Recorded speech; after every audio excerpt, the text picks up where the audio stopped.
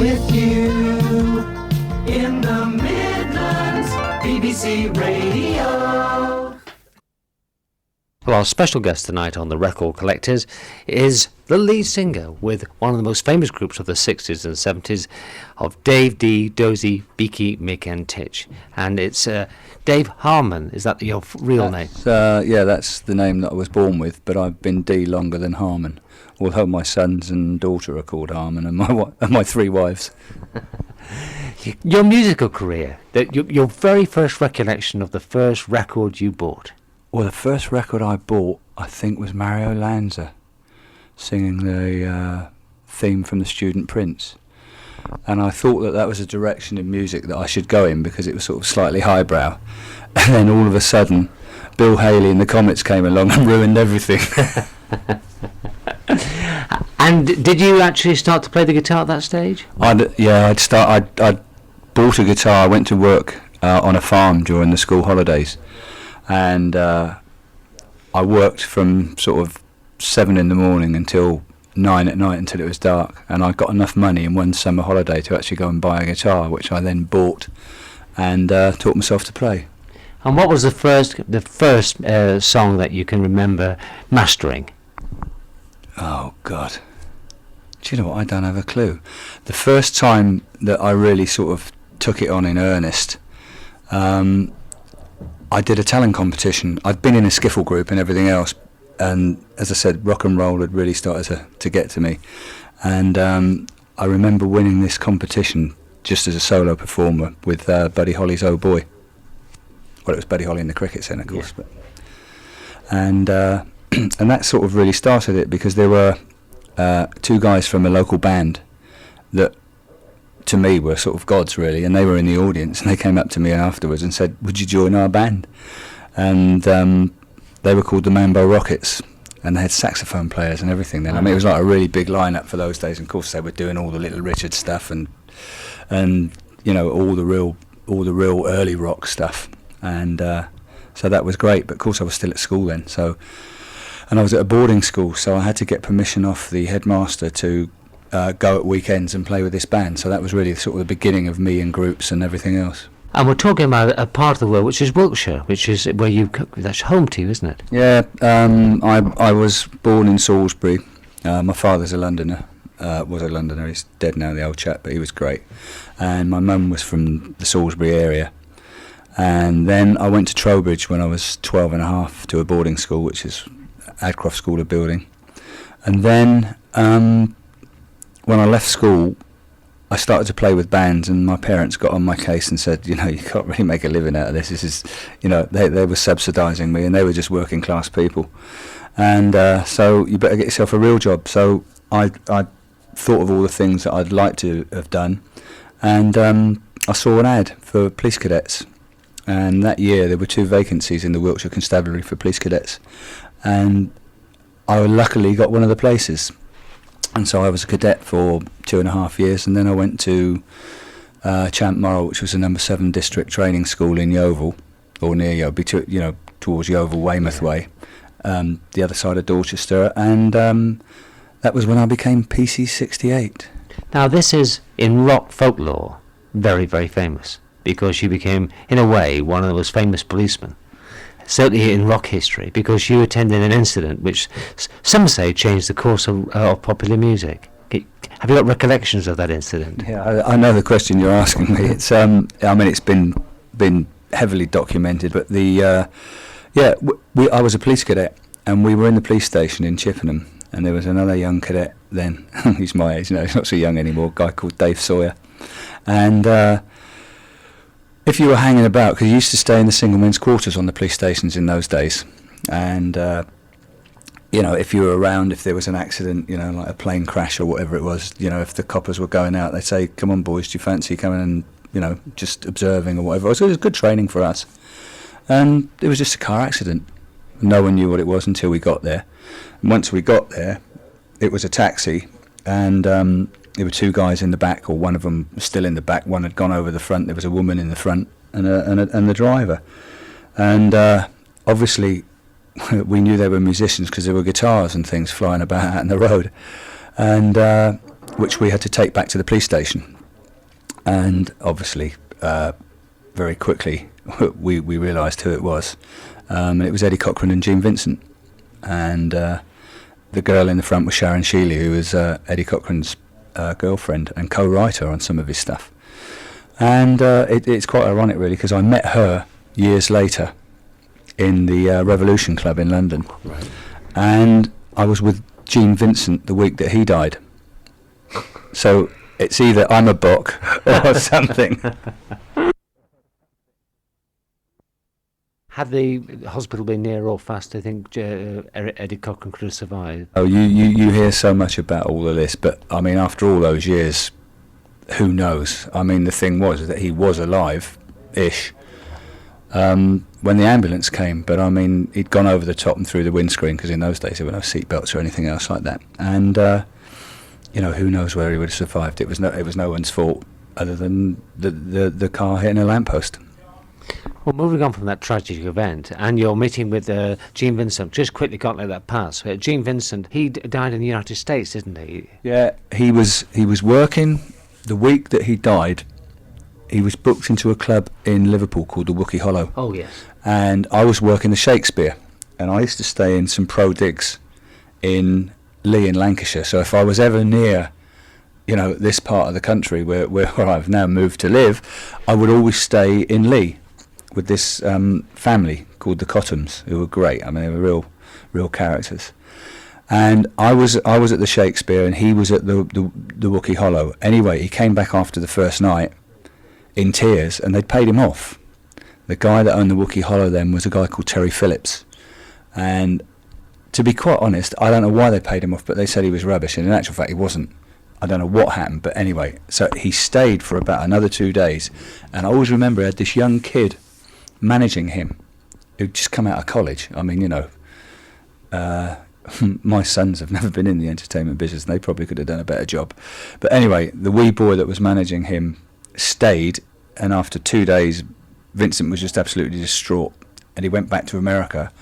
And from what I heard from the boy, that he'd walked into his house and his wife had gone, cleared everything out, the house was empty, and he had an ulcer or something with his stomach, and that burst and he died.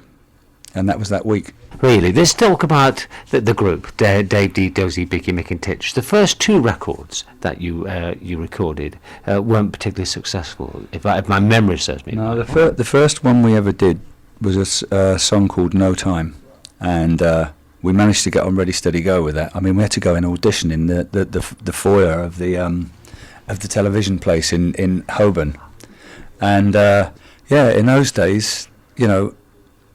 And I can't remember whether Vicky Wickham was actually doing Ready Steady Go then, but it was Vicky Wickham, and she came out, and we were standing in the reception. We moved all our gear in there and just did an audition for them.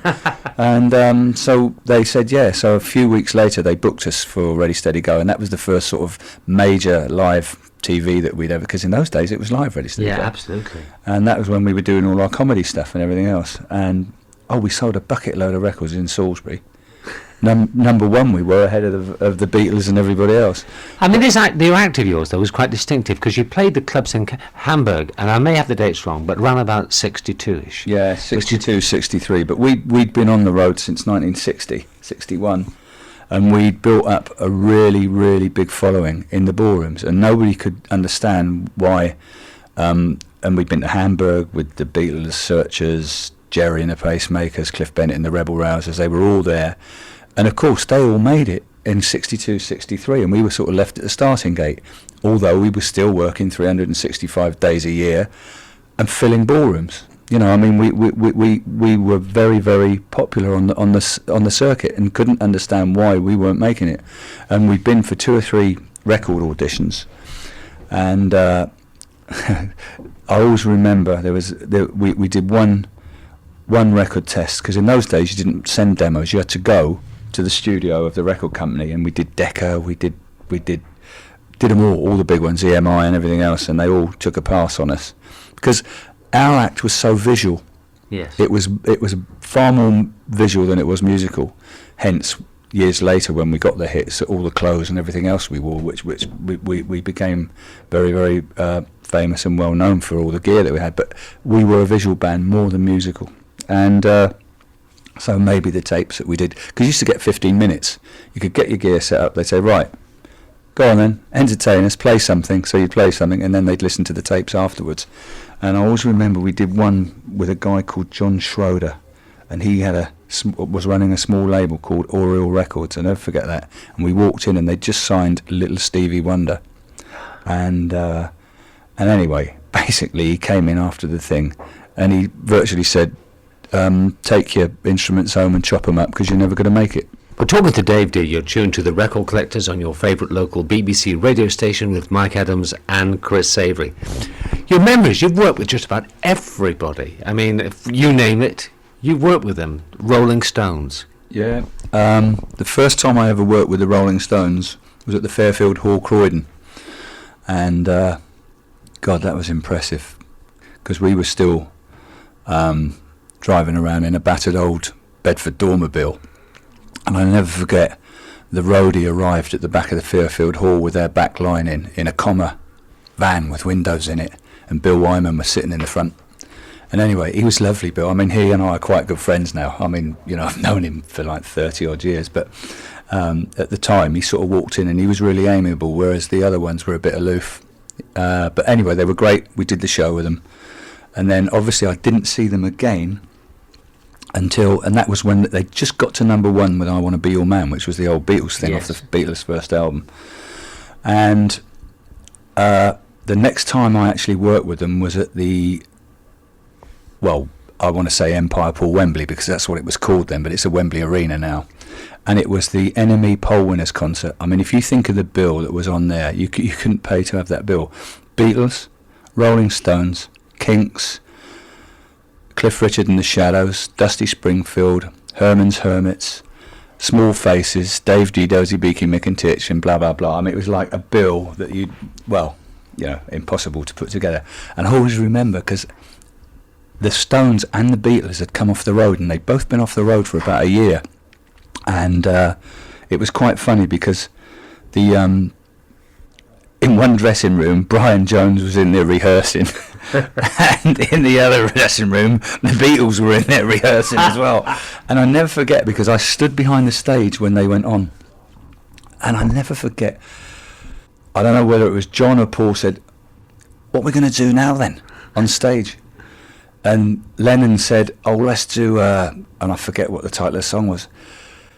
And Ringo was going, "How does it go? How does it go? Sing it to me," because he'd actually forgotten how the song went. Anyway, they got through it, because they only had to do 3 songs. But I mean, it was quite funny. And and the Stones got away with it as well, because they were rehearsing in the dressing room. Other memories. I mean, you were signed to Fontana Records, of course. That was yours, and you had 2 guys that helped you as managing. Yeah, 2 guys called Ken Howard and Alan Blakely. They'd already. I mean, that's how we found them, because we did a gig in Swindon. We were doing, this was 1964, and we were doing a season at Butlins. I mean, this is how far we'd been left behind. We were still doing seasons at Butlins, and we were doing a summer season at Clacton. And on Thursday nights we used to have a night off, so we used to moonlight on a Thursday night and go and do real gigs. And we went to Swindon Locarno, and the top of the bill were the Honeycombs. Oh, yes. And they just got to number 1 with Have I the Right. And anyway, to cut a long story short, they had to do like 35, 40 minutes. And we had to do an hour and a half either side of them. But we'd been on the road, and we had an act that we could stop a ballroom dancing for 3 hours. I mean, they just wouldn't dance, to stand and watch, because that was our act as well. And I'll give him his due. Dennis Dell, the singer from the Honeycombs, went and got these 2 guys, Howard and Blakely, and said, "You've got to come and see this band." And he dragged them out of the dressing room out to the front, and they stood and watched. And of course, when we'd finished the last thing, they came up to us and said, "Oh, we're the managers of the Honeycombs. Have you got management?" "Well, yes, we've got a manager." "Do you have a recording contract?" "No, we don't." "Would you like us to get you one?" And we went, "Oh, here we go again," the usual old flannel. Anyway, they said, "Look, we live in London, in Finchley. If you're ever in London, give us a shout." Funnily enough, 2 weeks later, we were doing a hall in Friam Barnet with a band called the High Numbers, or Low Numbers, I think. No, High Numbers, The Who. And so we were the support band, and Howard and Blakely came down to see us then, and they said, look, we can definitely get you a deal. So the first deal they got us was with Joe Meek, and I never forget, they said, please be very careful with Joe Meek, because he's a very temperamental man and everything else. And I mean, I've got lots of gay friends, but this guy was dangerous. and I never forget, somebody said, well, be careful, because he likes blonde ones, because obviously Hines and all that, just like Eddie and everything else. And of course Titch was as blonde as a bat, wasn't he? So we said, right, so flatter him. So Titch said, oh, Mr. Meek, I really like your pullover. It's it's great, but it was the most horrible pullover you've ever seen in your life. And he said, oh, thank you very much. Anyway, he started to make us record, and we'd rehearsed this song, but he wanted us to play it at half speed. And I said, sorry, what do you mean? He said, this is how I record. What he did was get everybody to play the songs an awful lot slower than what they should have been, and then he would speed them up so that he would have this Joe Meek sound. And I mean, I'm sure if you ask anybody else that's been in the studio with him, they would tell you the same thing. Anyway, we upset him because he said, look, we can't play like this, I'm sorry, we're a live band, we can't play at half speed. And there was no way we were a live band, and he threw us out. And he said, I'm not recording anymore today. And I remember he ran upstairs, he upended a tray of teacups with teapots and everything on it. And he had this guy working for him, and I forget what the guy's name was, but I've seen Dave him. Adams, wasn't it? I've seen him on a television program that they did a whole documentary about Joe Meek, and he was on it. Like all of us, he looks a bit older now. And he came down, and he said, and I remember it to this day, he said, Mr. Meek will not be doing any more recording today. And I mean, we travelled all the way up from Salisbury in the van, and where his studio was in Holloway Road above the leather shop, it was up 3 flights of stairs, so you had to drag all this gear up through this little narrow staircase to the top where the studio was. And Dozy just flipped. I'll never forget him. He said to this guy, he said, you tell that Joe Meek, he said, if he comes down here, I'm going to take this microphone, and he said, I'm going to ram it right up his jumper. And we got our gear out and left. But the real deal was with Fontana Records, wasn't it? Yeah, well, after that, Howard and Blakely then had to find another sucker to take us. No, not serious. And Fontana Records had just been started by Jack Baverstock, who used to be with the Enemy. And we did another record test, and there was a guy who was an ex-drummer called Bobby Graham, who took us into the studio, and Jack says, right, you can produce them, because it was in those days where guys in bands were starting to do production and everything else. And Bobby Graham loved us, and Jack Baverstock wasn't quite sure. And Bobby Graham said, look, I've seen him on live gigs, you've got to take this band, it will happen, especially with these other two guys writing the songs. And so Jack Baverstock took us. And as I said, we had 2 recordings that really didn't do a lot, which was No Time, the first one, and then a song called All I Want, which was the second one. And then the third one, the first 2 were produced by Bobby Graham, and then the third one, You Make It Move, which actually got into the top 20. Howie Condor was the drummer with Sounds Incorporated, and he was only a young guy. Anyway, he produced You Make It Move, and that was the record that opened the door, and then that was followed by Hold Tight, which of course, was the one that everyone remembers, the really big one, and that was 1965, early 66. We'd hear that right now.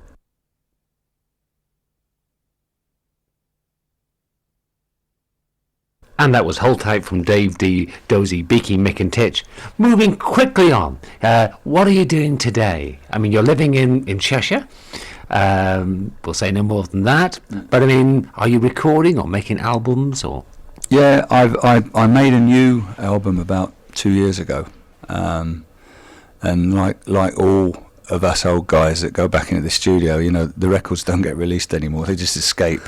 And so what I did is that it's something I wanted to do. It was called Unfinished Business, was the title of the album, and so I did it with some friends. I had Sandy Newman from Marmalade, And there's another friend of mine who lives in Warrington, a guy called Steve Morris. He does a lot of stuff with Ian Gillan, and we wrote the album together. And we went down to London, to Marcus Studios in London, and recorded it. And basically, I got a deal for it in Germany, but it's like anything else. They don't want to know. They don't want to play. They want to hear all the old stuff, and no one really wants to know you for anything new. But I was quite proud of it. There's 2 or 3 songs on there I'd throw off now, but I'll tell you what we'll do. We'll play 1 or 2 of those songs right now, and if you, our listener, wants to know more about it, give us a call right now on 01743 248 321, and I'll make sure you can contact where the record is available. That's 01743 248 321. You're tuned to your favourite local BBC station with Mike Adams and Chris Savory, and we're talking to Dave Dee. Pick a couple of tracks for us then. Yeah, well, I think my favourite song on the album is Where Did I Go Wrong? It's a song that I sort of had the idea for just after I got my second divorce through. I was standing in the street skint thinking, where did I go wrong? And I thought, that's got to be a title for a song somewhere. Well, I still think there's a lot of unfinished business. Of course, now you've gone the full circle. You started off in the police force as a cadet, and now you're a magistrate. I am a magistrate, yes. I was a magistrate in London, and then when I moved up here, you can't get a transfer. I thought that you'd be able to, get a transfer, but you can't. So basically, you have to reapply again. So I applied to the Cheshire bench, and I've been sitting up here now for about 3 or 4 months. I shall drive off very slowly indeed, and we'll play another track from Unfinished Business. I think the story's just begun. Thank you very much, Dave Dee. Thank you.